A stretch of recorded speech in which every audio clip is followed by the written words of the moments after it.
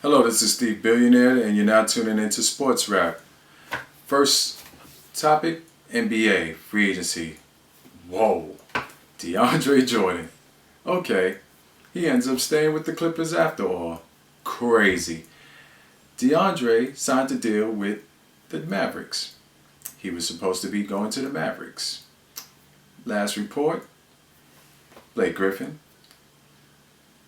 Chris Paul, Doc Rivers, and the Clippers management are all at his house. And the Twitter's going crazy. Emojis flying around going crazy, showing the different movements that they're going. They evidently went there, convinced DeAndre that, yeah, we want you here. We're going to make sure that you get the ball, and we're going to, put in some plays, and we're going to make sure that you need to be here. And I think overall, that's all DeAndre really wanted. I think he really wanted love first and foremost from Chris Paul, because there were reports that them two were not getting along. And, Chris Paul has some beef with DeAndre about the free throw shooting. We all, are aware of that. But I think in the end, like a child that doesn't get attention, I think that's what it was. DeAndre just wanted to know that he was wanted, that he's a factor, that he's a teammate that's going to be one that's going to obviously be pivotal to hopefully the Clippers playoff and championship run. So congratulations, DeAndre. Much success. I think it was a good move for you to stay home. With the addition with Paul Pierce, I think y'all going to be a great team. And, good luck with everything. Now, next subject or topic. The NBA free agency winners and losers. Winner, the Spurs. No question about it. They got Aldridge, which is going to be the replacement of Tim Duncan once Tim Duncan decides to retire after this season. Tim Duncan took a pay cut. Big ups to Tim. Tim is a winner.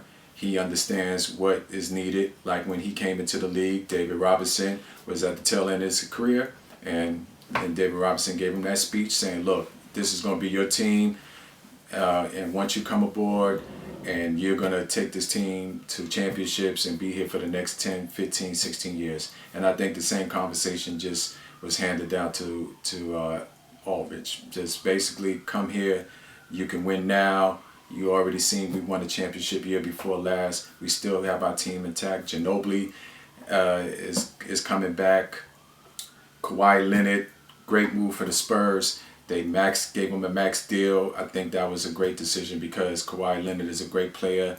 He's played against the best. He's definitely held his own against LeBron James. So I think that was a great move. And then also another great move that no one's probably talking about is David West. David West is a veteran, a leader, from the Indiana Pacers. Going to provide toughness, going to provide another scoring punch off the bench.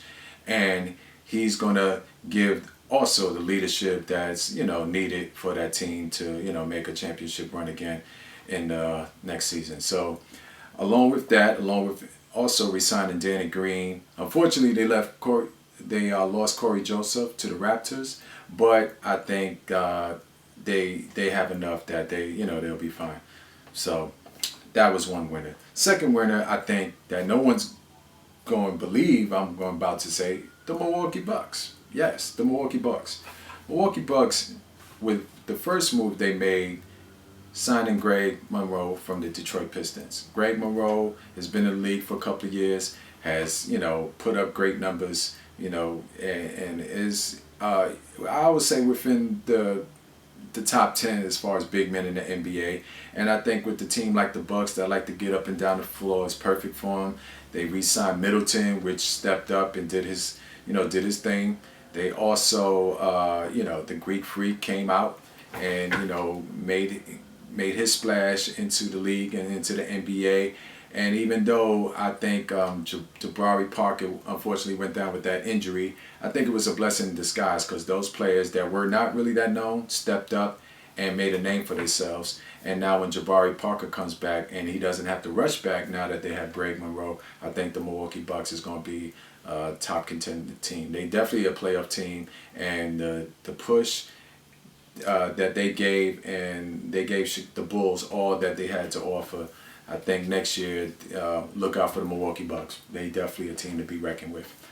Another team I would say is a winner as well is the Lakers. I know I've been kind of hard on the Lakers, even though they didn't get the big men that they thought they were going to get. And, of course, Greg Monroe, also, with the other big men they were getting.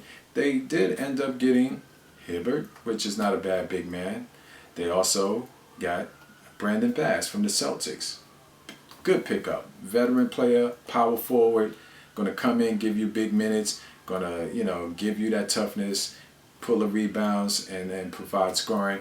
And they also picked up Lou Williams, Sixth Man of the Year this past season from the Raptors. So I think that's another shooter that they provide. Now, D'Angelo Jackson have some players that he can distribute the ball to. I think Kobe going to be rejuvenated because now he has some players that are veterans that understand how to play in this league and understand how to win. And at the same time, I think Jackson is going to have a great group of veterans that's going to, show him the ropes and show him how to play in, the best league in the world, the best game in the world, which is the NBA.